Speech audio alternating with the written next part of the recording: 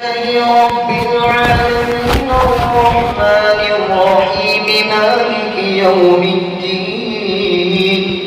إياك نعبد وإياك نستعين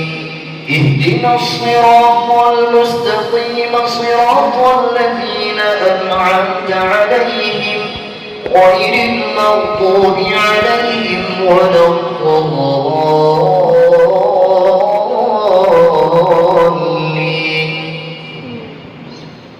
إنا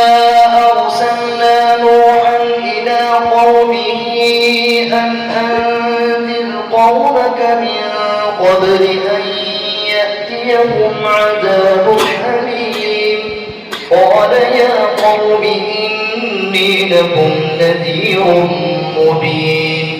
أن اعبدوا الله واتقوه وأطيعون يغفر لكم من ذنوبكم ويؤخركم إلى أجل مسمى إن أجل الله إذا جاء لا يؤخر لو كنتم تعلمون. قال رب إني دعوت قومي ليلا ونهارا فلم يزدهم دعائي إلا فرارا وإني كلما دعوتهم لتغفر لهم جعلوا أصابعهم في آذانهم واستغشوا ثيابهم وأصروا واستكبروا استكبارا ثم إني دعوتهم جهارا ثم إني أعلنت لهم وأسررت لهم إسرارا فقلت استغفروا ربكم إنه كان غفارا يرسل السماء عليكم مدرارا ويمددكم بأموال وبنين ويجعل لكم جنات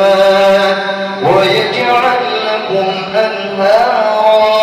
ما لكم لا ترجون لله وقارا وقد خلقكم أطوارا ألم تروا كيف خلق الله سبع سماوات طباقا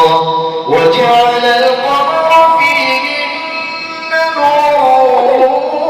وجعل الشمس سراجا والله أنبتكم من الأرض نباتا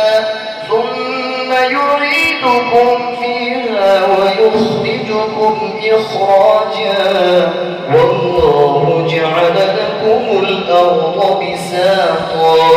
لتسلكوا منها سبلا فجاجا